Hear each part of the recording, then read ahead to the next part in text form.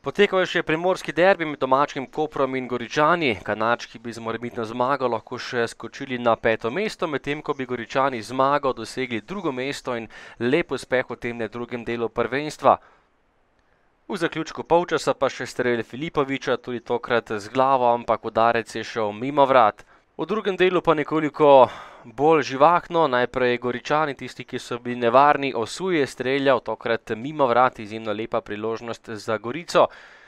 Kot naslednji za Koprčane Palko daleč, obramba Sorčana, ki je žogo uspel odbiti. Na to lepo preigravanje Pučka, ki je prišel do zaključka, zadev le zunanji del mreže.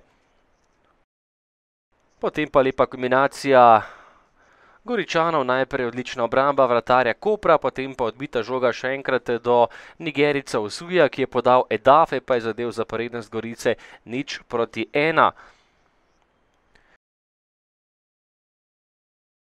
Še napad za sinje modre, sam pred vrati je bil Edafe, obramba Antoloviča, ki je zadržal Gorico le pri enem golu prednosti.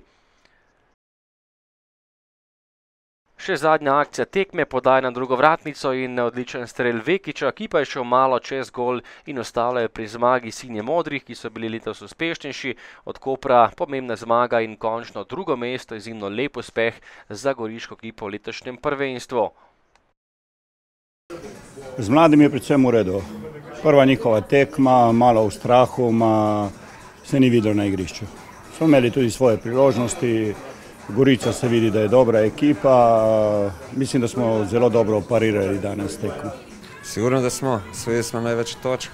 Ujeli smo nasprotnike, kot so Domžale, Olimpija in tudi Prehiter.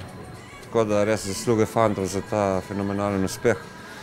Mislim, da zdaj proti koncu sezone, zadnji dve tekme se vidi, da smo tudi malo že izčrpani, da ni več tistega tempa. Vendar so zgarali in na koncu nagrada je prišla.